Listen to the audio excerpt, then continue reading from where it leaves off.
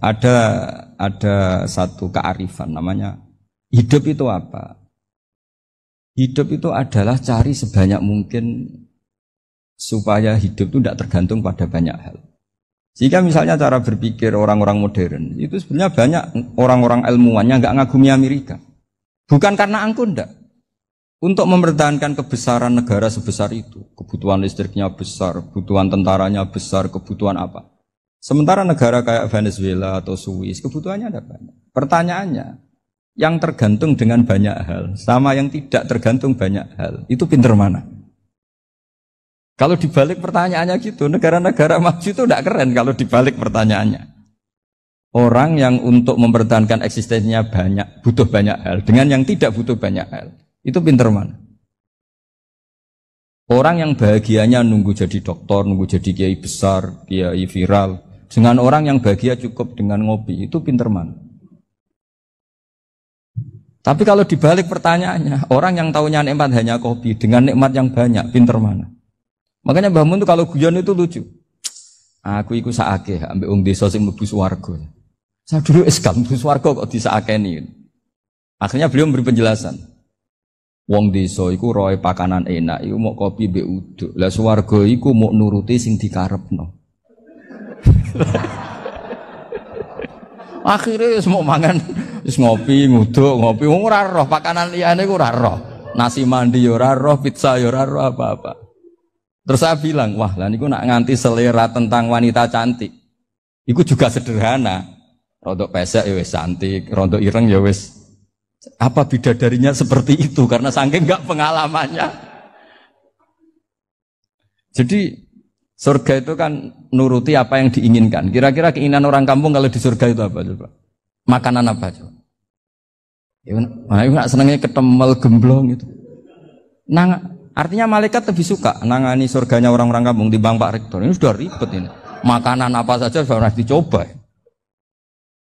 Terus kalau di mall tahu orang macam-macam, seleranya macam-macam pasti. Enak mana kalau sampai jadi malaikat pelayan surga? Suka ngelayani orang kampung apa yang orang kota? Orang kampung kan? Jadi ya itu guyon tapi itu menjadi pikiran kita bahwa orang yang banyak kebutuhan itu sebetulnya banyak kebodohannya karena menggantungkan kebahagiaannya dengan banyak hal. Makanya Imam Syafi'i ngendikan istighna itu apa? Al-istighna anisya'i. Yang dikatakan kecukupan adalah berusaha sebanyak mungkin banyak hal tidak kamu butuhkan. Bukan memenuhi semua kebutuhan kamu karena nafsu kamu ini tidak ada batasnya gitu. Kalau kamu penuhin nggak akan selesai. Itu ada perempuan yang kurang cantik, itu minta doa saya, Gus doain suami saya kaya, terus tak guyonin, terus gak minta. Kalau suami kamu kaya, yang pertama dirubah itu apa? Rumah supaya rumah saya bagus. Kedua apa? Mobil supaya mobil saya bagus. Nanti yang dievaluasi itu kamu.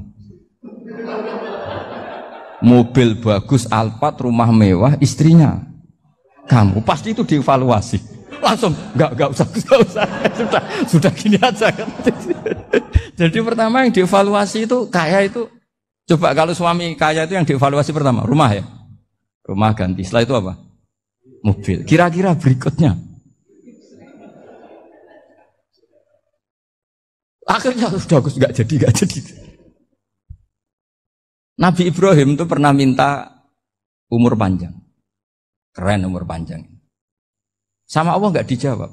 Datang orang tua gitu mertamu ke Nabi Ibrahim, terus disuguhi dikasih kurma. Apa itu? Kok kurma apa? Anggur yang sudah matang sekali, sudah dimakan. Setelah dimakan meler keluar lagi, dimakan lagi meler lagi.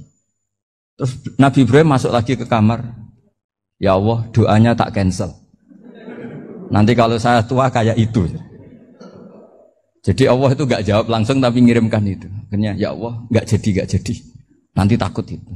Saya pernah ngalami jadi kiai tadi ada ibu-ibu ya gak pati cantik lah. Suaminya tuh miskin sekali. Minta doa saya supaya kaya. Bareng tak kasih pertimbangan itu udah gak usah gak jadi. Jadi itu kearifan. Tapi kearifan ini harus kita tanamkan. Saya nggak bisa membayangkan Indonesia yang besar ini. Andai kan tidak ada qanaah. Nerimo ing pantum. Coba sekarang ada Covid. Andai kan Indonesia tuh kayak Prancis. Saya beberapa kali punya tamu orang yang hidup lama di Perancis, bahkan dapat istri orang Perancis. Itu dulu gak begitu mencintai Indonesia. Tapi setelah di Perancis 2 tahun, wah Indonesia hebat. Di Perancis itu kata dia kalau cerita, semua kebutuhan masyarakat itu dibebankan ke negara. Apa saja minta negara, apa saja nyoal negara.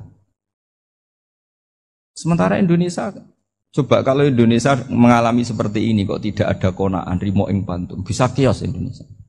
Orang miskin nyalahkan negara, kelaparan nyalahkan negara, apa saja. Tapi barokahnya dididik kiai, jogeman nyalahno wong liya. Urip romo ing pandum, diame. Sampai gak ngerti kalau Covid. Banyak tuh orang-orang kampung itu, orang lugu-lugu itu. Mbah niki saking Covid, salam ning Covid, muga-muga umure panjang. Dikira Covid itu nama orang yang ahli sosial itu. Mbah niki dana saking Covid. Matur nuwun sampekno salamku, muga-muga umur panjang. Bingung kan yang nganterin ini. Ini gimana yang mau menjelaskan? Memang enggak paham. Ribet kan. Tapi saya pastikan bahwa dengan keadaan seperti ini kita bahagia, kita stabil, itu jelas barokahnya kalimat tadi, moto tadi atau pegangan hidup tadi.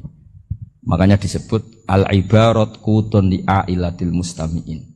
Bahwa redaksi atau kata-kata atau pegangan atau filosofi hidup, apalah namanya itu adalah penyemangat. Penyemangat. Karena kata-kata ini memang luar biasa. Ketika sahabat perang demi kebenaran, zaman itu ya pasti benar karena yang dibela Nabi. Dulu itu kan enak zaman Nabi, yang dibela mesti benarnya, musuhnya mesti salahnya. Jika dulu itu memang harus tegas. Kalau sekarang mau tegas gimana? Yang kamu bela tidak mesti benar, musuhnya tidak mesti salah. Ribet kan kalau misalnya saya tukaran sama Pak Rektor, kamu mau bela mana kan bingung. Saya tidak mesti benar, saya tidak Nabi. Pak Rektor apalagi nggak mesti benar lagi kan? Ribet kan? Jadi kalau kita mau perang sekarang itu mau pede gimana? Enggak. Makanya banyak ulama sekarang tuh mau tegas tuh nggak berani karena ya banyak hal yang abu-abu lah wilayahnya. Misalnya pilihan presiden atau pilihan bupati, pilihan menteri. Kamu mati-matian bela itu. Yang kamu bela tidak mesti benar. Musuh kamu tidak mesti salah. Misalnya pilihan bupati. Wah ini kabupaten ini baik kalau bupatinya ini. Yang satu bilang ini. Terus tim suksesnya kamu tanya. Kamu yakin? Ya tidak juga. Lah kenapa semangat? Kan saya botohnya paling alasannya ya itu aja. Bukan yang lain.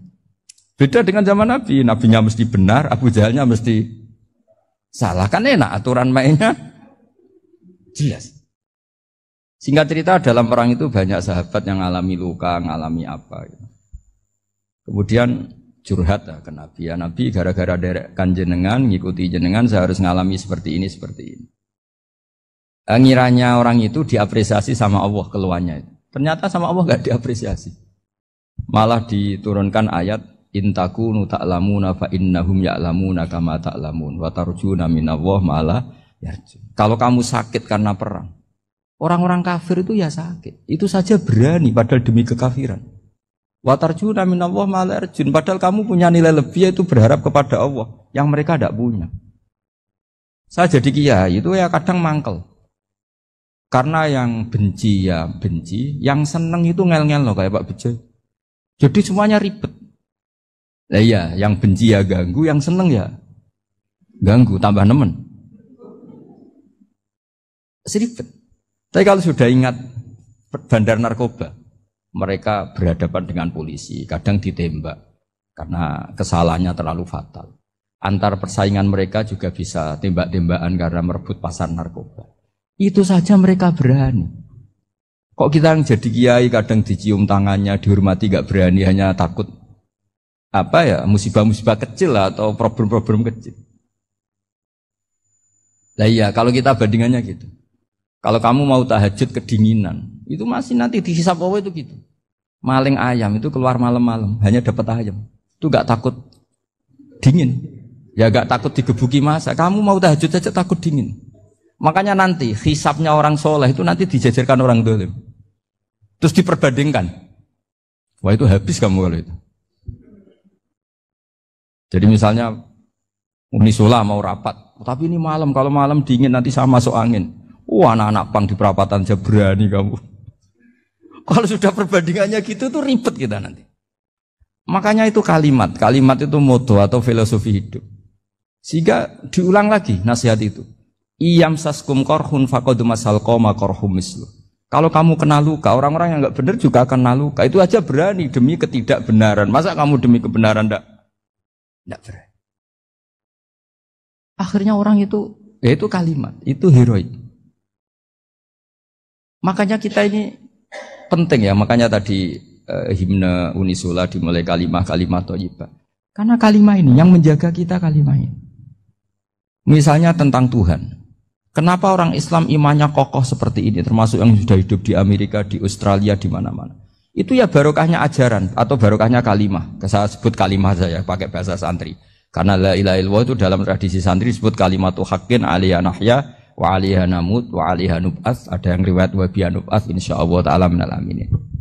Kenapa mereka di mana-mana meskipun sekolah di Amerika, di Australia, bahkan di Uni Soviet tetap mukmin? Itu barokahnya ajaran yang benar. Allah itu siapa? Tuhan. Tuhan itu sifat dasarnya apa? Awal. Dia harus wujud awal sebelum makhluk yang lain.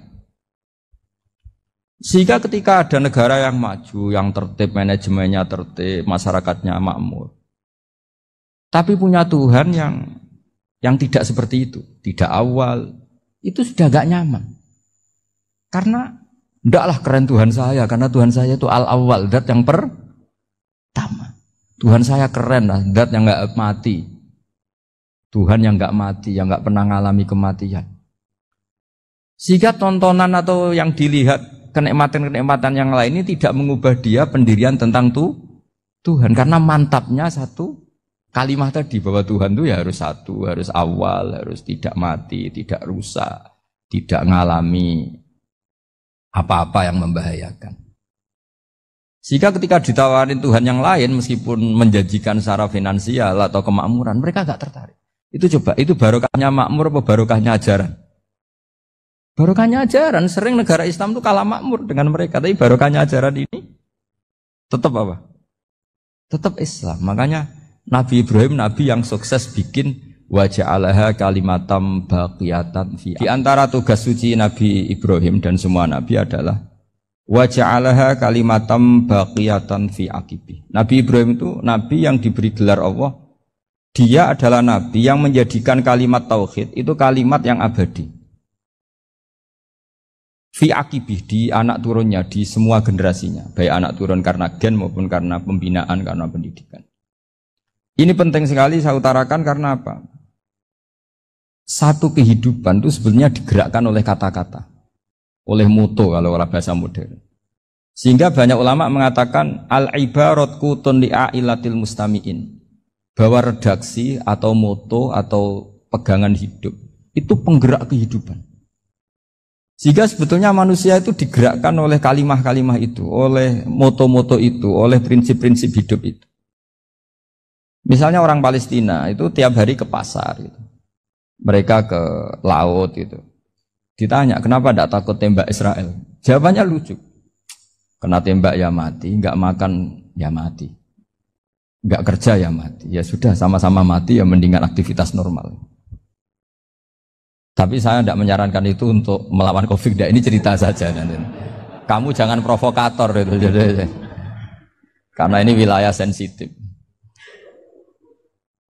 Jadi banyak orang yang poligami. Kalau ditanya alasannya gitu. Istri satu ya cerewet, dua ya cerewet, mendingan 4. Ya banyak ya gitu.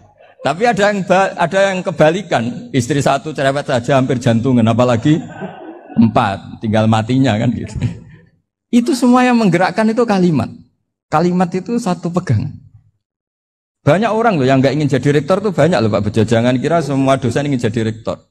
Melihat rektor sibuk rapat mempertahankan reputasi Unisula terus sering pegang kepala. Ngapain repot-repot? Jadi tukang sapu aja dapat gaji, ngopi, rokokan selesai. Bodoh amat jadi rektor, mikir orang banyak. Banyak loh orang yang nggak ingin jadi presiden tuh banyak. Karena ngopi nyaman, gak ada yang ganggu. Mau tidur sampai jam 9 siang juga gak ada yang ganggu. Sehingga mereka melihat pegawai negeri itu gak keren, orang kok diatur jam, disiplin. Itu memang cara Allah membagi rahmat. Mau kamu apakan coba? Cara syukurnya dia seperti itu. Bapak saya dulu tuh sering ngajarin saya, diajak jalan-jalan pagi-pagi. Melihat orang ngopi, makan uduk, itu bapak seneng. Kok enak jadi wong awam. Ngene esuk-esuk nyemak bocah kesel kabeh kono enak ngopi, rokokan. Bapak kadang iri sama orang awam itu iri. Sudah gitu berharap masuk surga kan enak sudah gitu. Tahu-tahu mati, tidak tahu ke surga apa ke neraka ya tidak tahu. Jadi nah, orang dulu itu orang yang bisa mensederhanakan dunia.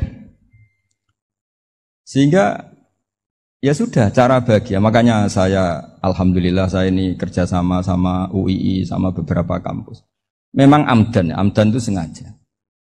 Kampus itu ya punya sistem yang nggak bisa mewakili sistem kiai. Kiai juga punya sistem yang nggak terwakili oleh kampus juga sebaliknya saling melengkapi. Saya sering ketemu rektor UII, rektor kampus-kampus Islam. Mereka cerita, Gus pendidikan pondok harusnya dimodernkan gini-gini. Saya bilang, kalau pondok modern kayak kampus itu nanti saya ketemu Allah tidak bisa jawab. Kenapa Gus? Saya beri contoh gini. Kalau misalnya perempuan perawan lah atau apa saja, pokoknya perempuan, mau tanya tentang menstruasi atau haid. Kalau semuanya sistem kampus, dia harus kuliah dulu. Registrasi dulu, kuliah dulu, bayar dulu. Dan dapat jawabannya nunggu mata kuliah pas itu. Bandingkan kalau sistem pondok, saya tuh sering ke pasar sama anak saya dicegat sama ibu-ibu. Gus, anak saya ngalami gini-gini, keluar darah terus menerus, nggak 6 hari tapi 1 bulan penuh. Itu hukumnya apa Gus ya? Nanti saya mau sowan ke jenengan. Nggak usah sowan di sini aja. Ya sudah. Sebelum mengeluarkan darah yang rutin seperti itu biasanya haidnya berapa hari? 6 hari ya sudah ikut yang 6 hari, yang lainnya istikhadah.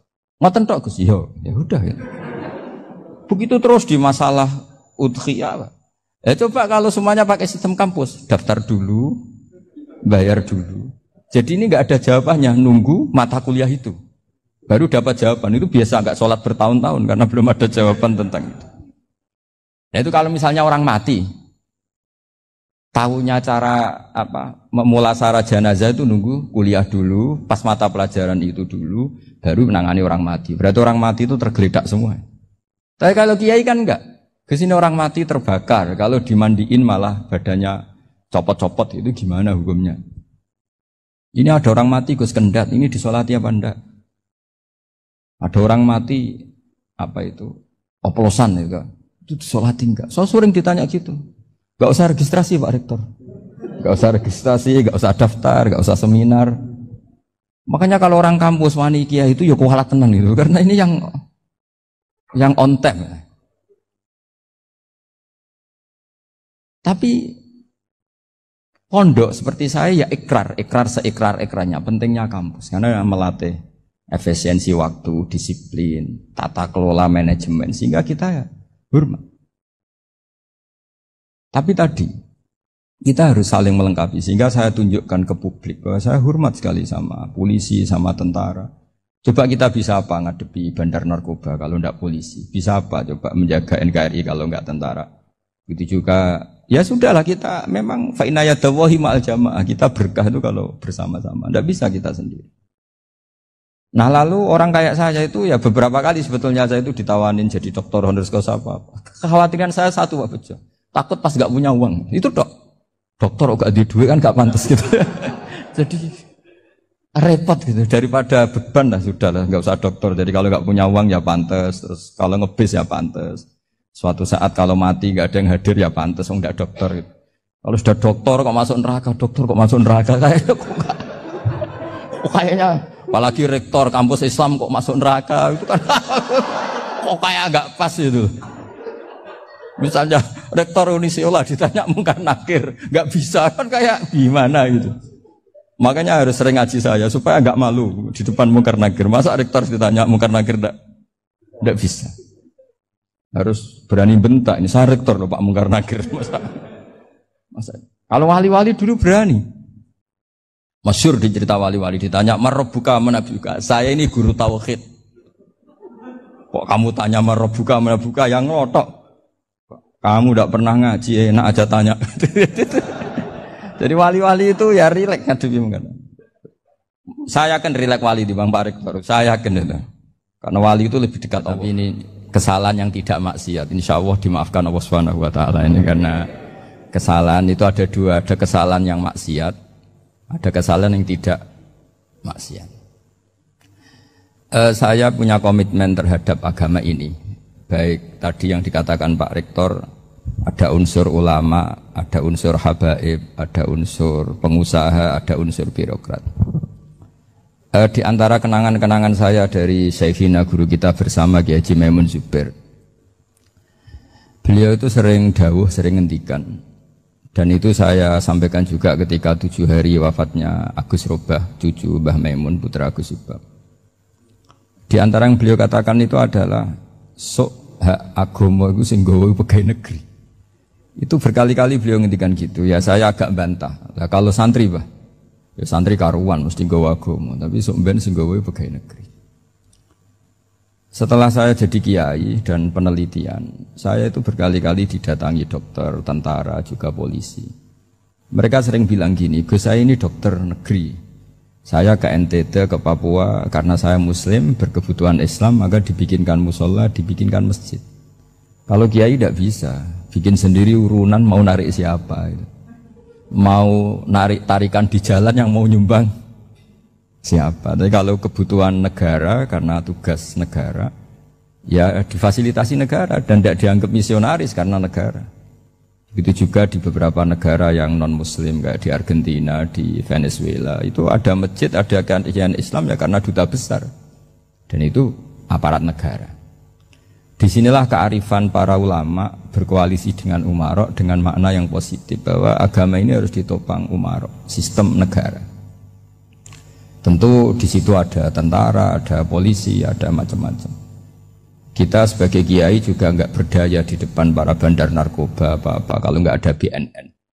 Kita mau apa dengan korupsi kalau enggak ada KPK. Sehingga kearifan para guru-guru kita, mulai Mbah Maimun, bapak saya sendiri, NU, Muhammadiyah, semua ormas-ormas Islam itu pasti maulah kerjasama. Karena kita siapa ya? Kalau enggak kerjasama. Dan di antara pesan Rasulullah SAW adalah yaduwahi ma'al jamaah. Jadi apa ya, kebersamaan itu sudah berkah. Fa inna yadallahi ma'al jamaah. Jadi berkah. Lalu kenapa saya kalau ngaji bawa kitab? Ini agak sebetulnya itu lazim. Lazim itu suatu yang harus. Tapi karena kelamaan mubalek itu tidak pakai kitab. Seakan-akan bawa kitab itu yang aneh. Sebenarnya aneh mereka. Karena begini logika simpelnya ya. Umat Nabi ini berhak dapat apa coba? Berhak dapat warisan yang paling luhur, paling hebat, paling jernih. Apa itu Quran dan hadis? Pertanyaannya, siapa yang paling punya hak otoritatif untuk menerangkan Quran hadis? Ulama. Ulama yang mana? Ya yang kapabel, yang sudah diakui dunia, kayak Imam Ghazali, Imam Bukhari, Imam Syafi'i. Artinya kalau kita tidak pakai materi, itu ulama mendapat pikiran kita, bukan mendapat pikiran mereka.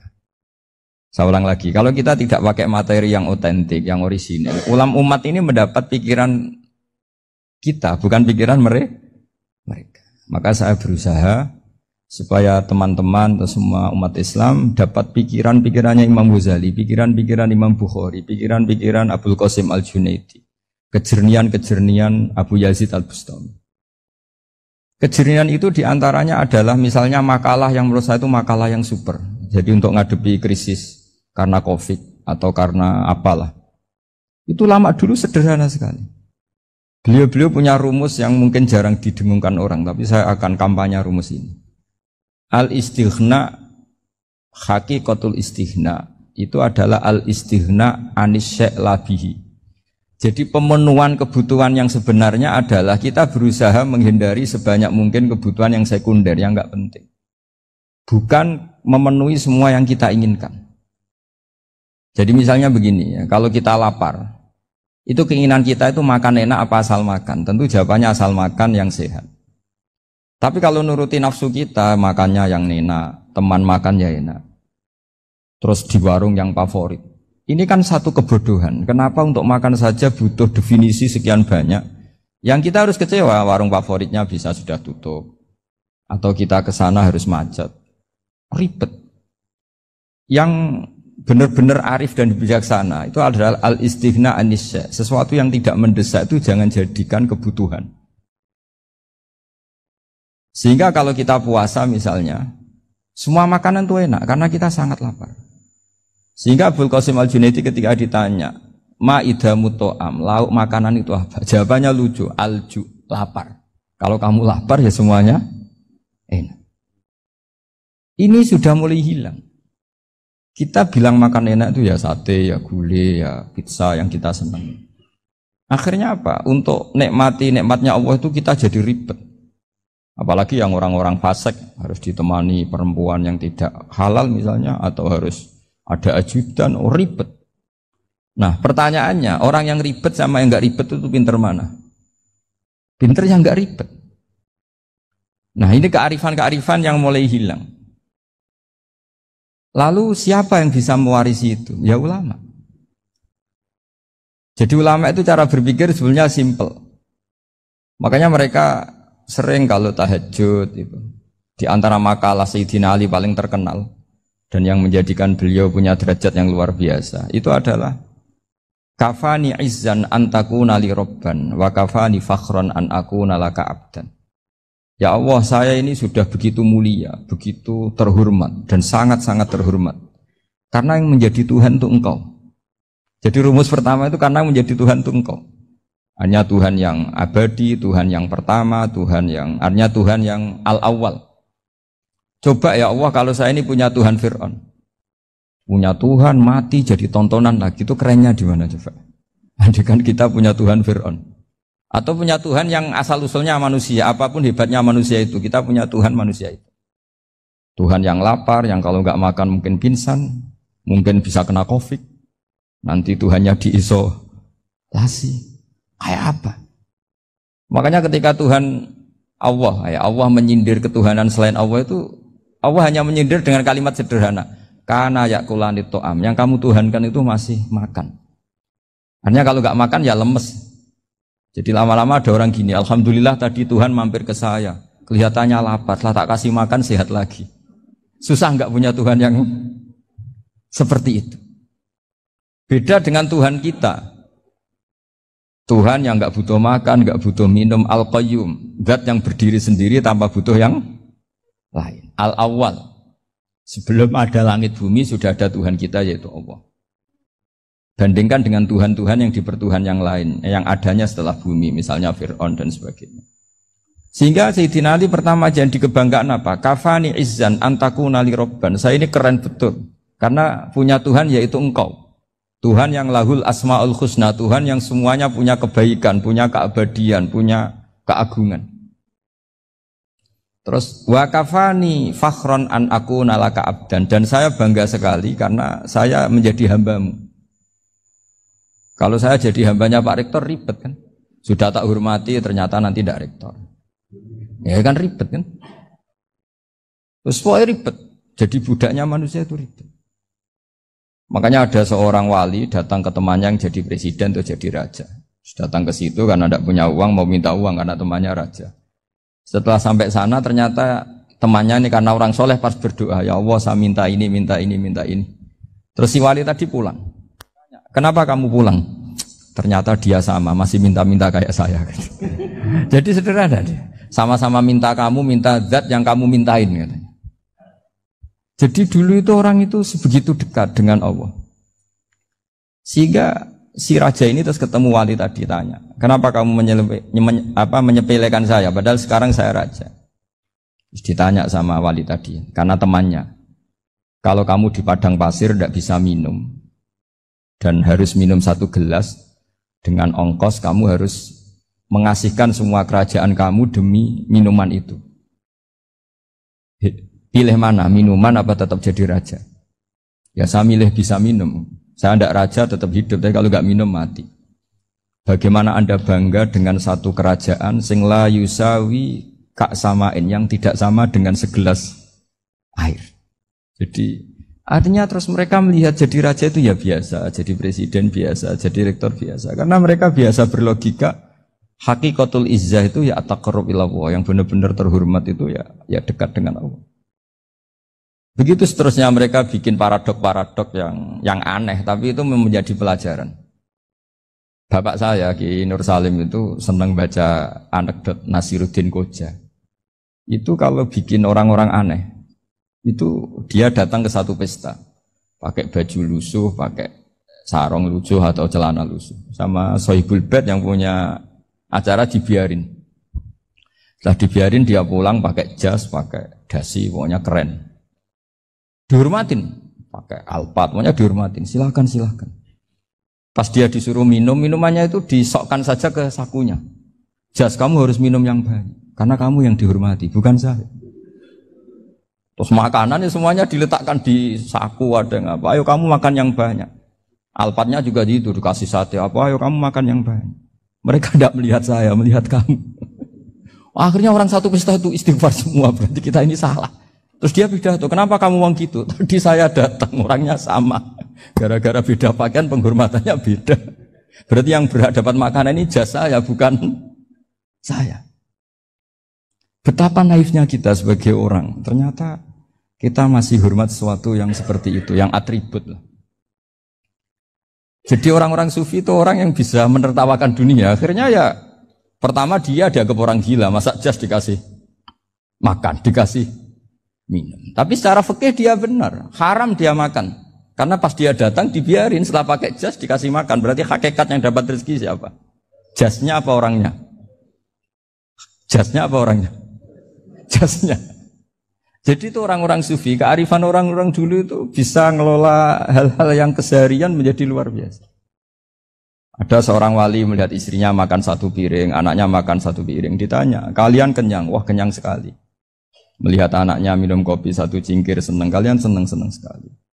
Wah, kalau senang dengan hal-hal yang murah bisa, ngapain harus senang dengan hal-hal yang mewah? Bodoh sekali saya. Sehingga terus mereka bisa qanaah. Qanaah itu ya hidup itu simpel, sederhana. Sehingga kita ini bekti sama orang tua misalnya. Itu ya karena ajaran. Suwargamu itu karek wong tuamu. Nak wong tuamu ridho, Allah ridho. Nak ora ridho, Allah ora ridho.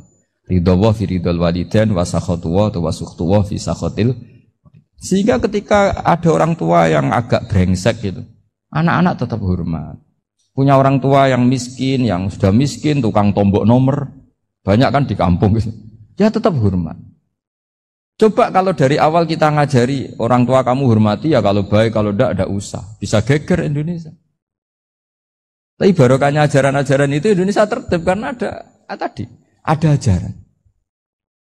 Nah ini di sini pesantren dan Unisula semua harus berkontribusi membuat ajaran yang benar itu adalah ciri utama Islam. Sehingga Islam ini dimulai dengan ajaran kalimatu haqqin alaiha nahya wa alaiha namut. Sehingga kita tenang seperti ini. Saya ini termasuk kiai yang tenang. Meskipun kata orang banyak saya ini kiai besar, tapi termasuk kiai yang paling tenang. Termasuk yang paling tenang. Karena saya ini pakai mazhab orang-orang hebat. Saya berkali-kali cerita, orang kayak Imam Syafi'i itu orang yang luar biasa. Saya berkali-kali cerita. Orang yang tadi nyium tangan kamu ya Imam Syafi'i, di belakang tuh ngerasani kamu, menghujat kamu. Jawabannya enak saja. Berarti saya alhamdulillah orang yang wibawa. Buktinya di depan saya enggak berani. Jadi enteng saja. Diceritain sebagian kampung, sebagian separuh dari warga kamu itu enggak suka kamu. Ya bagus lah enggak suka saya, enggak akan utang duit saya. Di mana-mana orang utang itu karena teman dekat. Kalau enggak seneng pasti minimal enggak utang, enggak pinjam mobil, enggak pinjam. Berkah mana yang seneng sama yang gede? Jadi dianggap enteng saja. Semua yang dialamin dianggap enteng saja. Misalnya punya istri pemarah, ya baguslah marahin suami. Kalau marahin tonggo malah ribet. Jadi kamu harus terima kasih kalau dimarahin istri. Baguslah marahin saya mah, kalau marahin tonggo ribet. Jadi enteng saja. Tapi kita sekarang itu karena nafsu ya, sehingga menghadapi hidup ini ribet. Ulama dulu kalau mau mati itu senangnya bukan main. Sudah lama saya ini ingin gak maksiat. Kayaknya gak maksiat paling efektif itu mati. Ya tidak apa-apa Gusti, kalau sebaiknya mati ya mati aja. Enteng saja. Jadi melihat kematian itu akhir dari segala keburukan atau potensi keburukan. Apapun baik kita sekarang, suatu saat mungkin kita enggak baik. Yang bisa menghentikan ketidakbaikan atau potensi ketidakbaikan itu apa coba? Mati kan? Berarti mati itu mengerikan apa menyenangkan? Mesti kamu enggak berani menjawab. Meskipun secara ilmu kamu berani, tapi secara rasa enggak berani kan? Saya ulang lagi ya, yang bisa menghentikan keburukan atau potensi keburukan itu apa coba? Apa? Kematian. Berarti kematian itu menyenangkan atau menyusahkan? Apapun kamu tidak berani jawab karena kamu agak-agak duniawi itu kelihatannya. Tapi secara ilmu, kamu tahu kan kalau mati itu tidak buruk-buruk banget. Karena apa? Itu akhir dari segala keburukan. Sehingga Nabi ngajarkan kalimat itu begitu luar biasa. Allahumma ahyini makanatil hayatu khairan li wa tawaffani makanatil wafatu khairan li. Nabi melihat dunia itu begitu indah. Ya Allah, kalau saya ini hidup, anggap saja hidup ini ziyadatan li fi kulli khairin, menjadi modal saya menambah segala kebaikan. Jika suatu saat saya mati, anggap mawon rohatan li min kulli syarrin, itu akhir dari segala keburukan saya. Sehingga mati hidup ya baik karena di situ kita bisa berkontribusi beramal soleh. Mati juga baik karena mengakhiri segala keburukan. Nabi nate ngendikan lagi, ajaban li amril mukmini inna amrahu kullahu khair. Orang mukmin itu mengagumkan, semuanya baik. In asobathu na'ma syakara fakana khairan lah. Kalau baru dapat nikmat, dia syukur, maka itu baik. Wa in asobatu dharra sabara. Kalau dapat masalah mereka sabar, itu juga baik.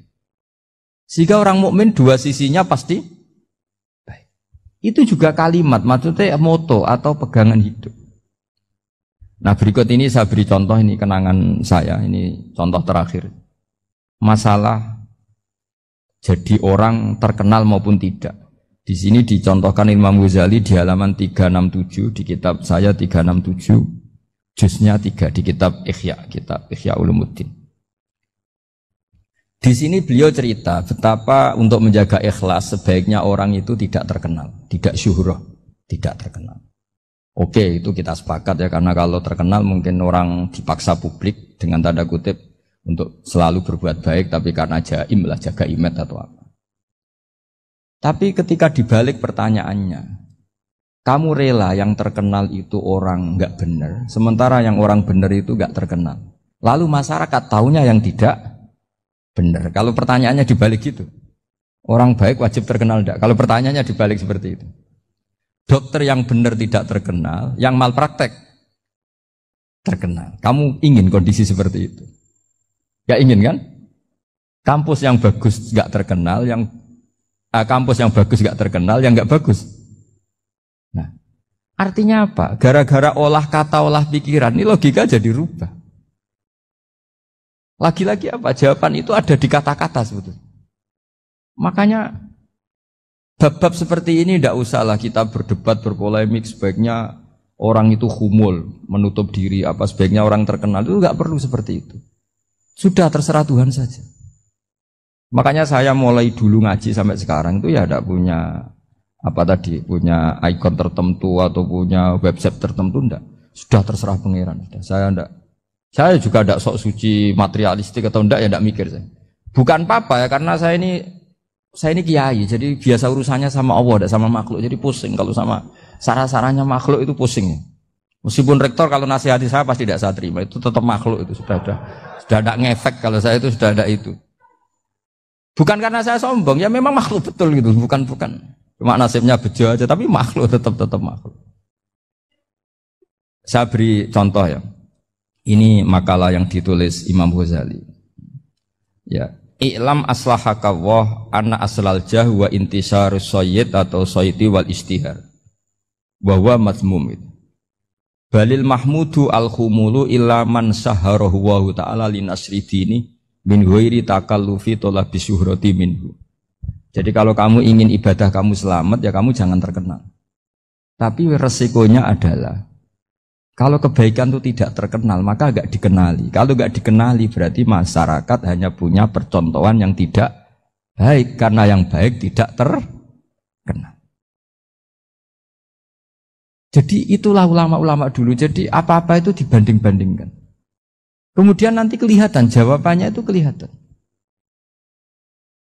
Jadi ulama dulu itu biasa ngarang misalnya afatun nikah, sisi negatifnya nikah, harus ngurmat istri, harus macam-macam, kalau terlantar itu ya dosa. Seperti tadi Pak Marsudi cerita Kalau orang ngapalkan Quran itu takut lupa. Kalau lupa itu jadi dosa. Pertanyaannya, kalau semua orang takut lupa, takut dosa, semua orang nggak hafal Quran karena potongan-potongan lupa. Cara berpikir tidak seperti itu. Kalau berpikir ya namanya hafalan ya inginnya hafal, kan nggak ingin lupa. Lah nanti kalau takdirnya lupa karena hal-hal yang dimaklumi oleh syariat itu nggak yang termasuk dosa. Yang dosa itu lupa tak liwiri udrin syar'iyyin, lupa yang tidak ada sebab yang apa? Syar'i. Tapi lupa bawaan EQ-nya tidak bagus. Lupa bawaan sering dibentak. Oh itu enggak masalah karena bawaannya orang tertekan itu ya lupa. Coba kamu hafal Quran, terus punya kredit jatuh tempo. Pas hari itu aku yakin enggak cerdas sudah. Itu bawaannya orang tertekan itu pasti lupa.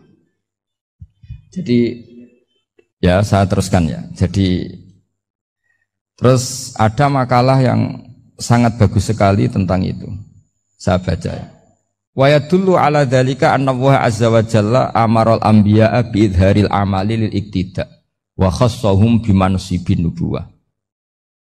Wa la yajuzu ayyudhanna bihim annahum khurrimu afdhalal amalen. Jadi orang yang terlalu mendewa-dewakan khumul itu menutup diri. Oke itu baik karena dengan khumul, dengan menutup diri Anda tidak riya, Anda tidak pamer. Tapi kata Imam Ghazali, kamu juga harus ingat, di antara syaratnya Nabi itu harus mengumumkan kalau beliau itu seorang Nabi. Harus memaklumatkan kalau beliau seorang Nabi, supaya bisa diikuti. Caranya sholat harus diumumkan, sehingga Nabi itu mengatakan harus jamaah.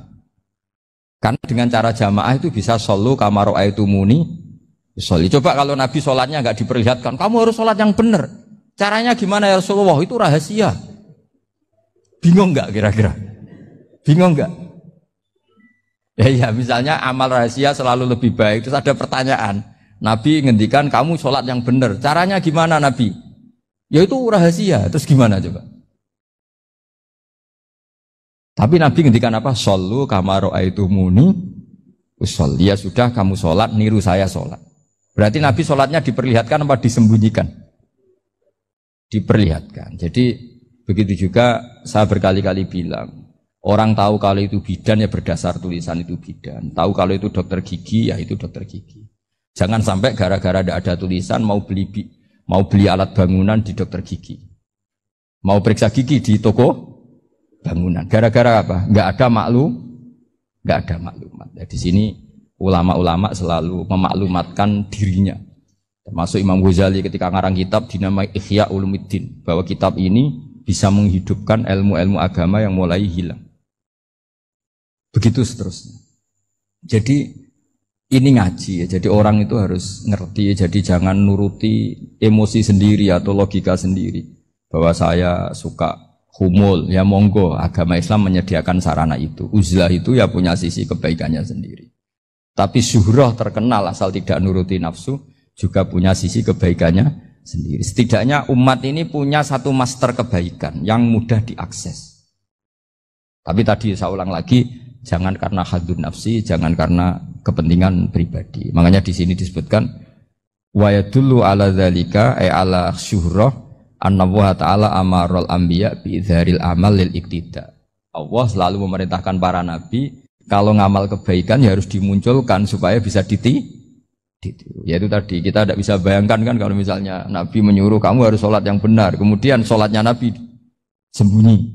Lalu ditanya, Nabi saya niru siapa? Wah itu rahasia, kamu nggak boleh lihat sholat saya takut tidak ikhlas. Ribet kan? Sehingga jamaah itu statusnya tetap harus. Nah bedanya harus ini ulama berpendapat harus yang apa? Fardu kifayah. Tapi fardu itu maknanya harus.